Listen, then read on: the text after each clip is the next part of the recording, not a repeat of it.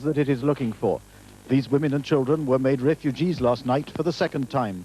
They originally came from isolated communities near the ever-active front line. What remains of the Bosnian government, now without Serbs, has declared a state of imminent war and is ruling by decree. It has regained control of the parliament building. For more than 3 days, the parliament had been taken over by Bosnians of all ethnic origins, demanding an end to the fighting and a new government. But the clamour for peace was snuffed out by the gunmen. Listen, he says, they're all armed. Serbian snipers, Muslim snipers, even the Croats have snipers. In the evening especially, Sarajevo becomes a war zone. On the hills around it, fierce exchanges of fire between Muslims and Serbs. And the further outlook? It'll last for 10 years, he says, considering what the Chetniks, the Serbs, are doing to us. Martin Bell, BBC News, Sarajevo. In South Africa, the leader of the African National Congress, Nelson Mandela, has been touring some of the areas affected by recent violence. Police said 7 more people have been killed in the townships around Johannesburg. Alexandra has become a virtual war zone in the battle between the ANC and Inkatha. From there, our Southern Africa correspondent John Harrison reports. Daybreak in Alex, a township that's now a battleground. The people of Alex are the witnesses and the victims of a war that's raging between the Zulu-based Inkatha Freedom Party, whose power base is this high-rise fortress, the Madala Hostel, and the ANC.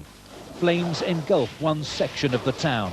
Mothers suddenly find themselves rescuing their babies and the rest of their belongings from burning shacks. In a township edging towards anarchy and dubbed Little Beirut because of it, the police will not pursue the arsonists. It would be pointless.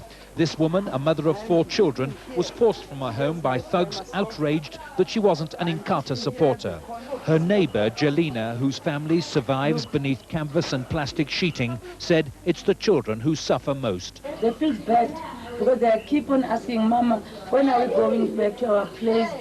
We took Jelena home to see what was left. The answer was nothing.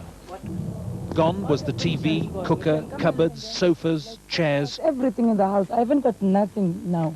The area is overlooked by the snipers of Madala Hostel. Here, political intolerance has become a sickness. Death and destruction, the price of opposition. Where are you from? BBC London. I'm international now. London? Yeah. Oh. Through an intermediary, we approached Madala Hostel and asked to film inside. Some objected, but in the end, under escort and watched closely, we entered the dark, damp corridors of what's become a barracks to over 1,000 Inkatha supporters.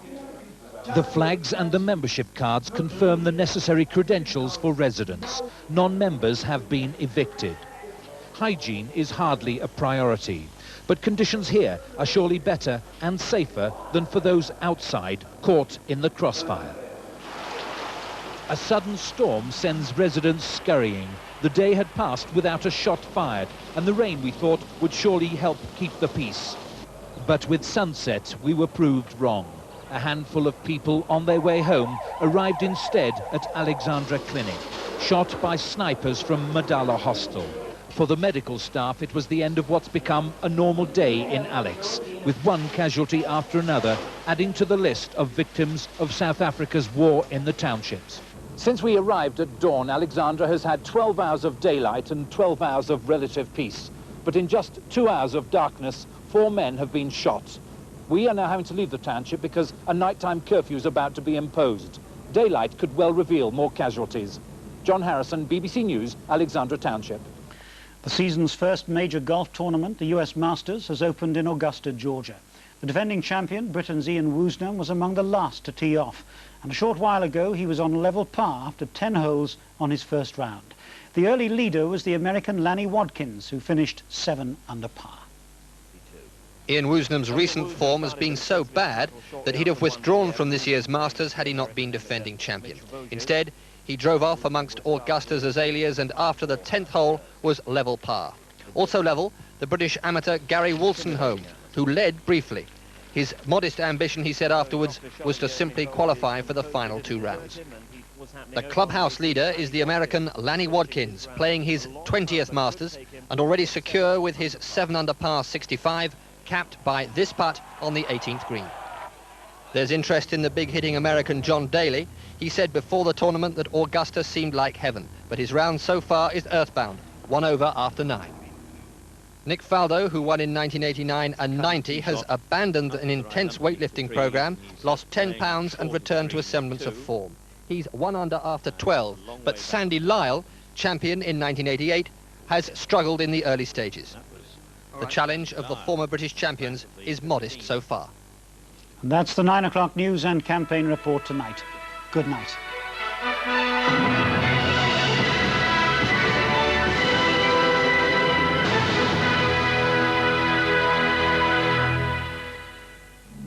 Join us at 5 to 10 in our election studio for what could be one of the closest run elections since the war.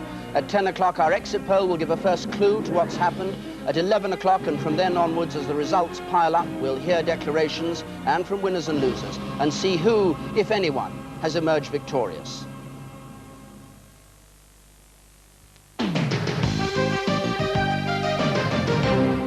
Good evening from the Look North newsroom. Well, with just over half an hour to go before the polling booths close in the general election, parliamentary hopefuls in the 67 constituencies in the region will shortly know their fates. Our political correspondent Peter Lugg is in Leeds, where final preparations are underway to receive the ballot boxes. The first declaration, we think, for Leeds Central is expected at about 12:30. It's a scene that's being repeated in town halls all over the country. As far as Leeds is concerned, the town hall is the hub of the whole election count. In about half an hour's time, polling stations in schools, community centres and church halls all over the city will close, and black boxes containing the vote from all 8 city counts will be brought here. Some containing postal votes have already arrived. From then on, it'll be down to an army of 350 counters to decide the results. The mother of a missing Halifax man says she's worried about her own safety as the search for Charles Horvath continues in Canada. He disappeared whilst on holiday just 3 years ago. The search for Charles Horvath in Lake Okanagan was resumed by the police after public and media pressure persuaded them to step in. Last week, Mr. Horvath's mother, Denise Allen, used her own money to pay for people to search the lake. Mrs. Allen, who's now in Canada, is worried about her own safety. She's concerned that the person who may have killed her son could try to silence her. Mrs. Allen is also hoping the British consul in Canada will help the investigation to discover what happened to her son. And of course we'll keep you in touch with that particular story as it develops. Finally, just a reminder that there'll be a full regional election results roundup from the Look North newsroom starting early tomorrow morning. There'll be extended breakfast bulletins at 6:45, 7:45 and 8:45. And we'll also have a specially extended bulletin at lunchtime from York at 12:30. Well, let's check on the weather now with Bill Giles in London. Hello again. Well, the winds of change will be blowing across the country as we go through the weekend, becoming more unsettled and then very much colder in many places as we go into the beginning of next week. A lot of sunshine over England and Wales today. You can see at Saunton Sands in North Devon, nearly 12 hours of sunshine, but not very much further north up into Scotland.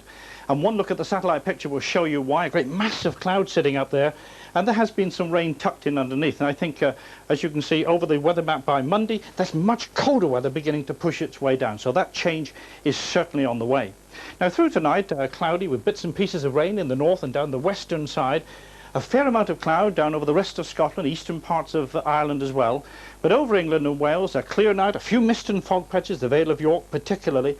And quite a cold night, I think, down over southern parts of the country. There could well be a fairly widespread ground frost in many places. Tomorrow, though, over England and Wales, much the same as today. A lot of sunshine around. Very warm, if anything, warmer than today. But the further north and west you go, the more you're going to run into the cloud. Cloud in southern Scotland, cloud in many eastern parts of Ireland as well. And that cloud thick enough at times to give you some rain and drizzle in the far north and down the northwestern side, although in Shetland it'll brighten up a little bit through the afternoon. But very warm, warmer than today, top temperatures in the eastern part of England. And then as we go into Saturday, starting off dry and bright in central and eastern parts, wet and windy weather in the west. That's going to race its way across, getting over to the east, I think, in the afternoon. But by that time, the rain becoming very patchy. That's the way the weather looks. Bye-bye for now. A murder mystery proves far from academic. There has to be a connection. Everything's gone according to plan. Don't talk. I just can't get it out of my head. What the hell do you think you're playing at? Were you disturbed by anyone while you were there? They won't talk unless he talks first. I didn't kill him. This business, it isn't a problem in semantics. You can't crack it simply by applying your mind. I can try. Murder with a masculine ending, Sunday at 7:45 on 1.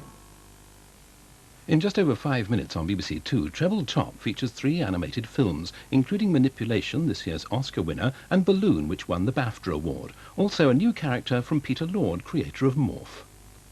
Here on BBC One, to take us up to Election 92, classic comedy from Slade Prison, and a new cellmate for Fletcher.